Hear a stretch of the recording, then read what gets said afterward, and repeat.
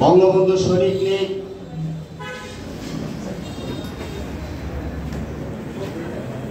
যে নেতা 1971 সালে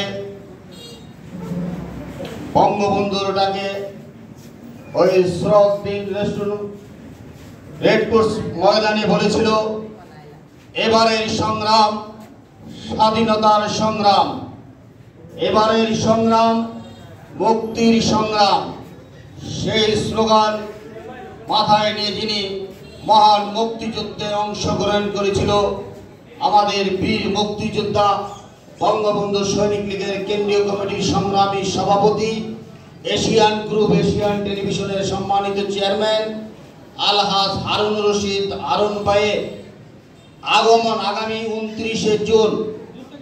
হারুন ভাই এই কিশোরগঞ্জের মাটিতে, পবিত্র কিশোরগঞ্জ মাটিতে আগমন উপলক্ষে আজকের এই প্রস্তুতিমূলক সভার আজকের যিনি সভাপতি, তার দু চারটি গুণগান না বললে আমার নিজের কাছে ছোট হবে, নিজের কাছে ছোট মনে হবে।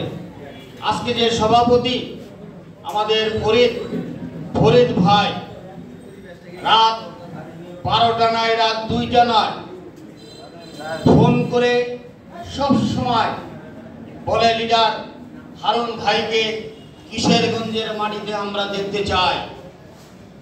আমরা ফরিদ ভাইকে কিছুদিন আগে উনি ঢাকায় গিয়েছিল, হারুন ভাই শত ব্যস্তর মাঝে উনি বলেছিল, যতই কাজেই থাকুক আগামী 29 তারিখে ওই জাতীয় চার নেতা সৈয়দ নজরুল ইসলাম, সাবেক রাষ্ট্রপতি আব্দুল হামিদ, প্রয়াত রাষ্ট্রপতি জিল্লুর রহমানের মাটিতে আমি একজন মুক্তিযোদ্ধা হিসেবে আমি পবিত্র কিশোরগঞ্জের মাটিতে আমি আগামী 29 তারিখে আমি যত কাজই থাকুক আমি কিশোরগঞ্জে যাব।